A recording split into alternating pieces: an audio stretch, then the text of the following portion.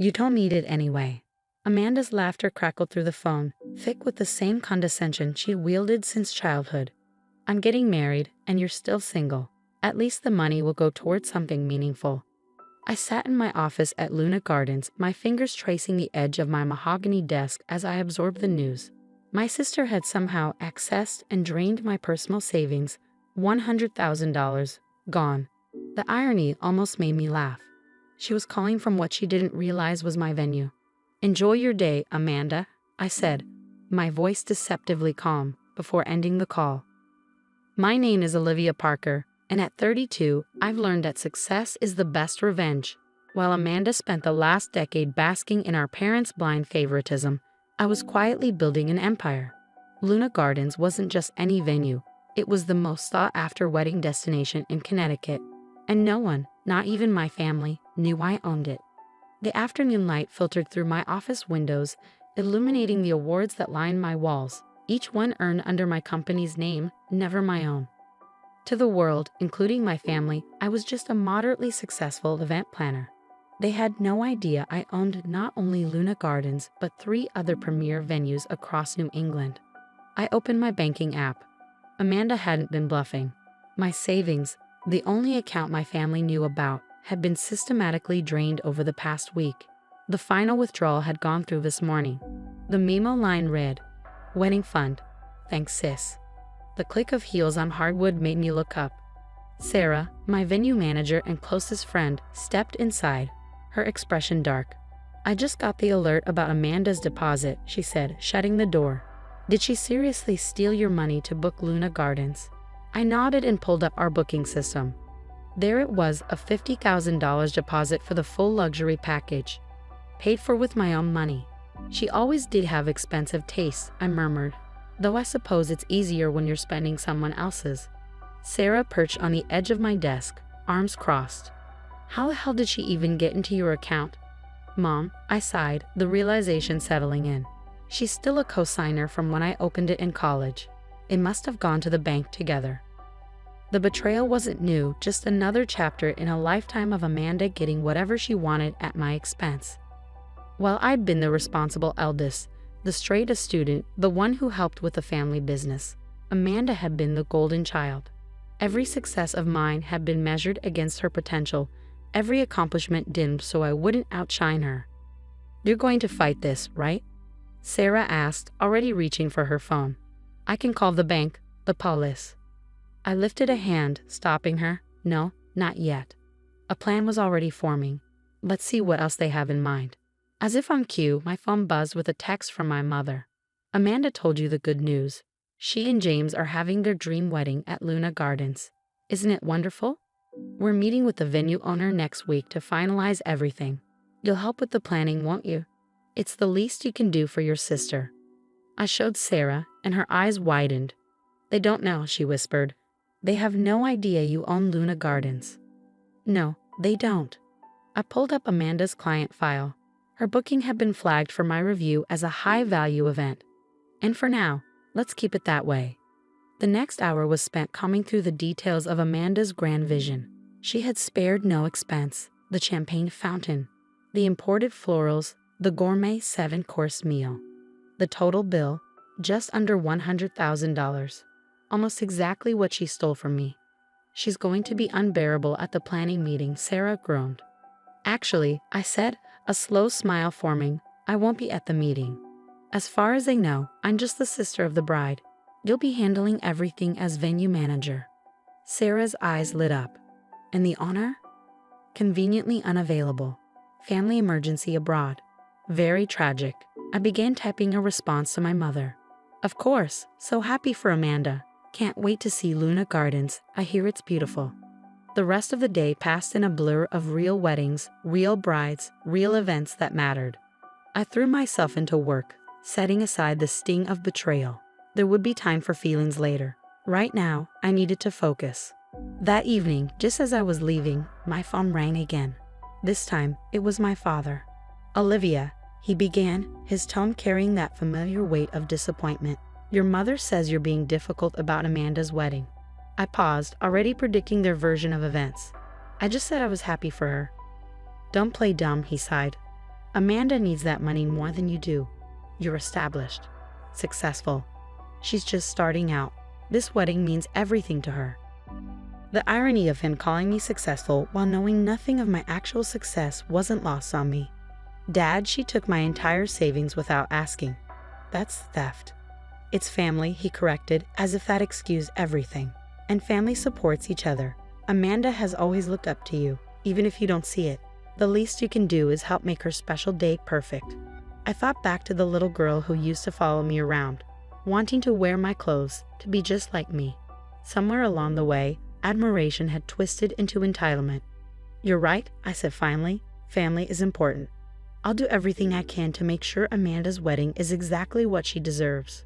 The relief in his voice was instant. That's my girl. I knew you'd understand. And don't worry about the money. Once James's business takes off, I'm sure they'll pay you back. I ended the call, already knowing that would never happen.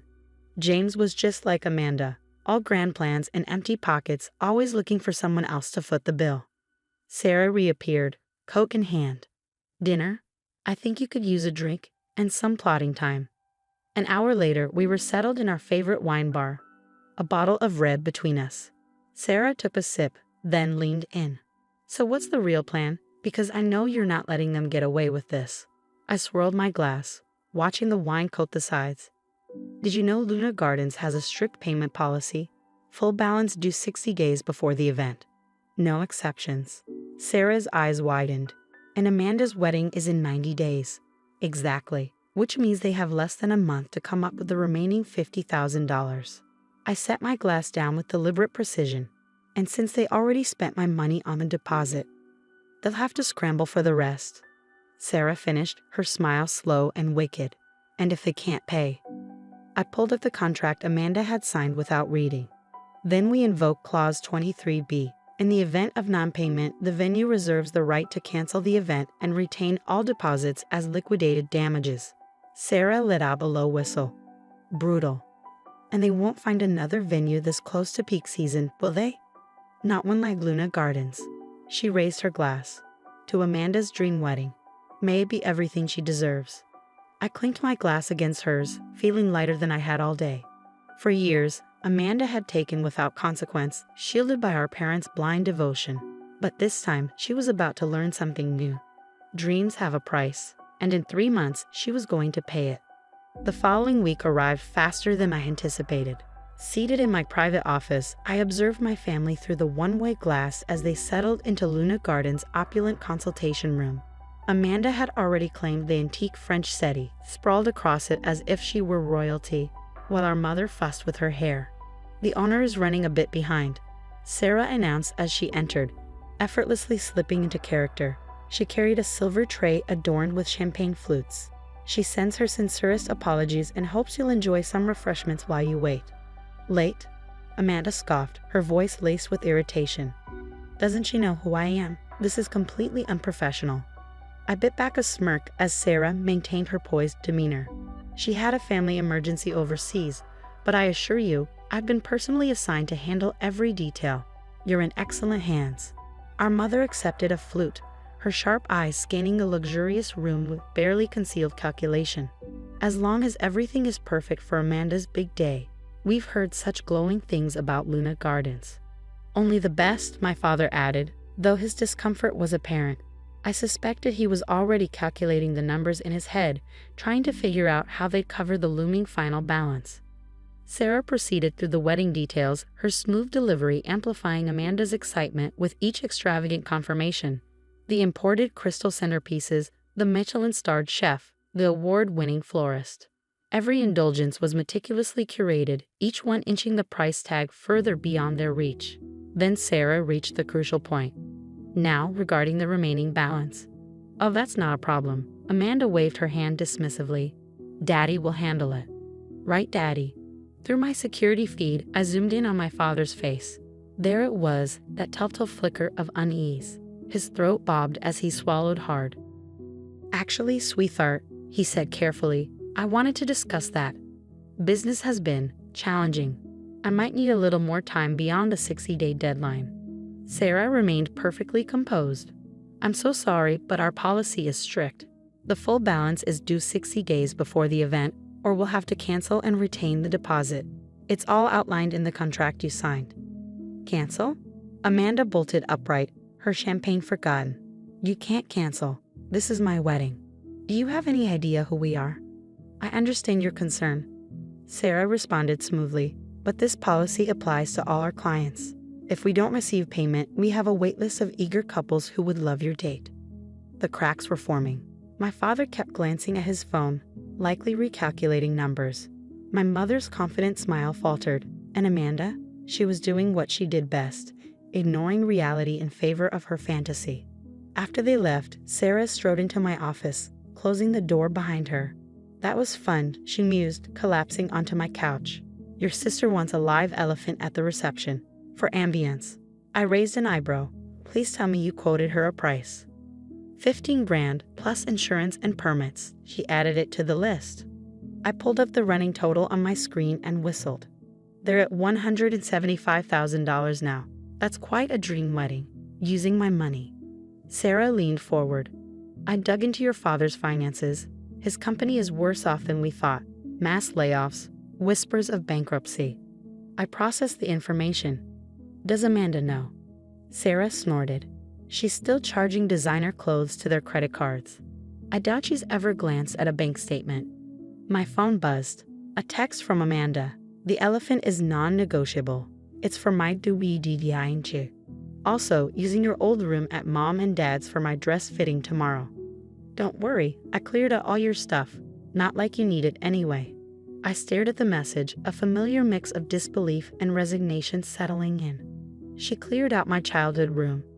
Sarah rayed over my shoulder and shook her head. Most people would have snapped by now. Called the cops, exposed everything. Patience is a virtue, I murmured, fingers tightening around my phone. Besides, I have a better idea. Pull up the vendor contracts. Over the next hour, we refined my plan. Every vendor working Amanda's wedding owed me favors. A few calls ensured they'd all play their roles flawlessly. The weeks blurred into wedding prep. Amanda demanded daily meetings with Sarah, each one adding another layer of extravagance. Fireworks, a butterfly release, a celebrity DJ. The budget spiraled further, but Amanda remained blissfully detached. Then, exactly 61 days before the wedding, it happened. Declined? Amanda's shriek shattered the air. She waved her credit card at Sarah, eyes blazing. Try it again. I'm sorry, but all 3 cards have been declined, Sarah said patiently. And as per our contract, the full balance is due tomorrow. This is ridiculous. Daddy, do something. My father looked smaller, hunched over. Sweetheart, I tried to tell you, the business. We don't have the money. Silence, heavy, deafening. What do you mean, you don't have the money? Amanda's voice dropped to a dangerous whisper. This is my wedding. My perfect day, you promised. Maybe Olivia could help, my mother suggested desperately. She has savings. I already took her savings, Amanda snapped. That's what paid the deposit. My father's head jerked up. You what? Amanda rolled her eyes. Oh, like you didn't know? Mom helped me. It's not like Olivia needs it. She's probably just going to die alone with all that money. I watched my father's expression shift. He turned to my mother. You helped her steal from Olivia. It wasn't stealing. My mother defended weakly. We just borrowed it. For Amanda's happiness. Olivia understands. My father looked at me through the glass. But this time his gaze wasn't just apologetic, it was ashamed. You have until 5 p.m. tomorrow, Sarah stated firmly. After that, your date will be released. But the deposit, Amanda gasped. That's Olivia's money. The contract is clear. All deposits are non-refundable. The meeting ended in chaos. Amanda storming out, my mother chasing after her. My father remained staring blankly at the contract. After they left, I finally stepped into the consultation room. The air still carried traces of Amanda's perfume mixed with the scent of desperation. Well, that was intense, Sarah remarked. I picked up Amanda's abandoned champagne glass, tracing the lipstick stain on the rim. It's not over yet. Sarah raised an eyebrow. They can't pay. The wedding's off. Isn't that what you wanted? A slow smile spread across my face. What I want is for Amanda to learn that actions have consequences. And tomorrow at 5 p.m., that lesson begins. My phone buzzed, a string of frantic texts from Amanda. I read them all but didn't respond. Instead, I opened my calendar, blocking out time for tomorrow afternoon. If I was going to reveal myself as the owner of Luna Gardens, I wanted to do it properly. The stage was set. The players were in position. And in less than 24 hours, my sister's perfect wedding would come crashing down. And I would be there to watch every moment. The next morning, the sky was clear, a perfect day for revelations. I arrived at Luna Gardens early, slipping in through the private entrance that bypassed the main office. Inside, Sarah was already at work, systematically reviewing the security footage. "Your sister's been calling nonstop," she informed me, clicking through the morning's recordings. She showed up at 6 a.m. demanding to see the owner. On the screen, Amanda stood outside, mascara streaked, hair in disarray, pounding on the locked doors. "Any word from my parents?" I asked. "Your father called once. Professional. Apologetic. Requested an appointment with the owner at 4:30. Sarah hesitated. "He sounded different." "He's finally facing the consequences of their choices," I replied, adjusting my blazer. The charcoal gray suit I'd chosen projected authority, perfect for what was to come. Throughout the day, I monitored the growing desperation of my family. Amanda returned 3 more times, each visit more frantic than the last. My mother made frantic calls to vendors, begging for extensions. Per my instructions, they all politely declined. At precisely 4:30, my father arrived alone. He looked exhausted, the kind of weariness born of sleepless nights and hard truths. "Show him to my office," I instructed Sarah. "It's time." I watched via security feed as she led him into the owner's office, my office. His gaze drifted over the framed awards, the certificates bearing my name, the photos of me with industry leaders. I entered through the private door. "Mr. Parker," I greeted, voice even. "Thank you for coming." He turned and I saw it, confusion, disbelief, realization. Then shame. "Olivia?" His voice cracked. You own Luna Gardens." "Among other things," I said smoothly, gesturing for him to sit. "Though I assume that's not why you're here." He sank into the chair, still staring. "How long?" 5 years. This was my first venue. Now I have 3 others, plus a management company and a consulting firm. 5 years. He exhaled. "We thought." "You assumed," I corrected. "That I was struggling. That I needed your guidance. That's what you wanted to believe." Before he could respond, Sarah's voice crackled through the intercom. "Amanda and Mrs. Parker are here, insisting on seeing the owner." I met my father's eyes. "Should we invite them in?" He hesitated, then nodded. "They need to see this." The door burst open. Amanda stormed in, our mother trailing behind. "Where's the owner?" Amanda demanded, scanning the room wildly. "We need to speak to the owner." "You already are," I said. They froze. The shock on their faces was almost comical. "No," Amanda whispered. "No, this is a joke. You can't. You're not." "Luna Gardens has been mine for 5 years," I stated, eyes locked on hers. "Along with 3 other venues, a management company, and a consulting firm. If you'd ever paid attention, you'd know that." Our mother collapsed into a chair, her face pale. "But how?" "Because while you were all fixated on Amanda's potential, I was building something real. Every time you dismissed my achievements, every time you drained my accounts for Amanda's latest whim, I was growing stronger. And you never even noticed." "This isn't fair." Amanda shrieked. "You let me plan my wedding here knowing." "Knowing what?" "That you stole from me? That you signed contracts without reading them? That you never once considered the consequences of your actions?" "I needed that money for my wedding." "No, you wanted it. There's a difference." I pulled out the banking records and laid them on the desk. "Just like you wanted my college fund, my childhood room, every last thing you've taken. But this time, Amanda, you'll face the consequences." "Olivia," our mother started, but Dad held up a hand. "No," he said. "Let her finish. We need to hear this." I leaned forward. "The payment deadline is 5 p.m. If the balance isn't paid, the contract is void. The deposit, the money you stole, is forfeit, and the date will be released to another client." "You can't do this," Amanda wailed. "I'm your sister." "Yes, and that should have meant something to you before you stole from me." I turned to our parents, "And before you helped her do it." My father exhaled slowly. You're right, we failed you, Olivia. But we failed Amanda too, by never teaching her consequences. Daddy. Amanda gasped, betrayed. No, princess, he said warily. This stops now. We can't pay for your wedding. We can't fix this, and for once, you'll have to accept that. The next 15 minutes were a blur of accusations, tears, and increasingly desperate manipulation. Amanda threatened to expose me. Our mother pleaded for family loyalty. I sat calmly, watching the clock. At exactly 5 p.m., Sarah entered with the paperwork. The contract is void, I announced, signing the documents. The deposit is forfeit. The date is released.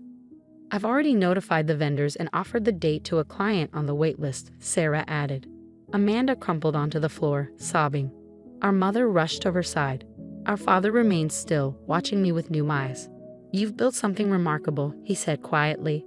I have, I agreed. No thanks to any of you. What happens now? He asked. I glanced at Amanda, mascara streaked and hysterical, then back at him. Now Amanda learns about consequences, and you all learn I'm not your safety net anymore. And the money.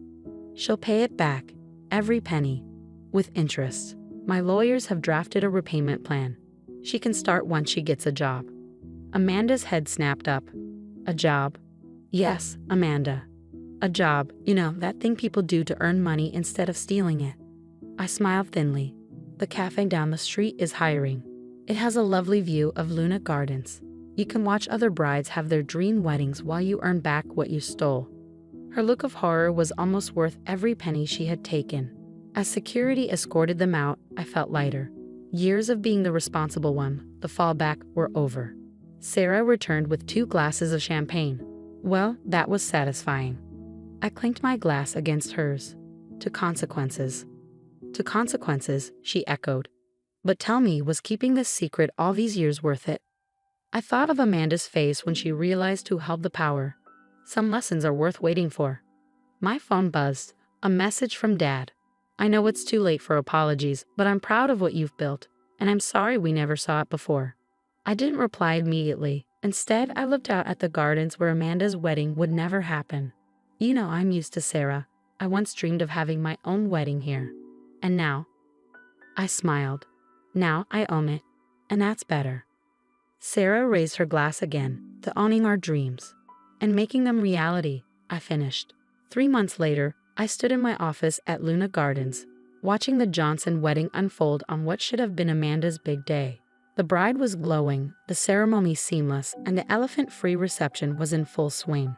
Everything was exactly as it should be. My phone buzzed. A message from Sarah. Your sister's watching from the cafe again.